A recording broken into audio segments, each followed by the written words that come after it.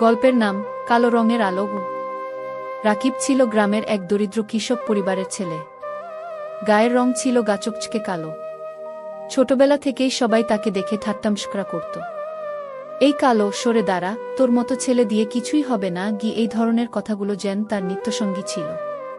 স্কুলেও সে উপেক্ষিত ছিল। কেউ তার পাশে বসতে চাইত না। কিন্তু রাকিবের চোখে ছিল স্বপ্ন, একটা আলোকিত ভবিষ্যতের। সে জানত গায়ের রং নয়, মানুষের মন, মেধা আর ইচ্ছাশক্তিই আসল পরিচয়। রাত জেগে পড়াশোনা করত সে। দিনের বেলা বাবার সাথে মাঠে কাজ করত।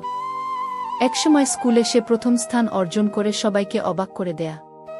এরপর সিটি কলেজে বৃত্তি নিয়ে ভর্তি হয় আর কঠোর পরিশ্রম করে একটি সরকারি মেডিকেল কলেজে চান্স পায়। গ্রামে যখন সে ডাক্তার রাকিব হয়ে ফিরে আসে, তখন তার নাম শুনেই লোকেরা উঠে দাঁড়াত। সেই মানুষগুলো যারা এক সময় তাকে কালো বলে অপমান করত, তার কাছে নিজের সন্তানকে চিকিৎসা করাতে আসত। রাকিব আজও বিনয়ী হাসি মুখে বলে, রং দিয়ে নয়, মন দিয়ে মানুষ চিনতে শেখো।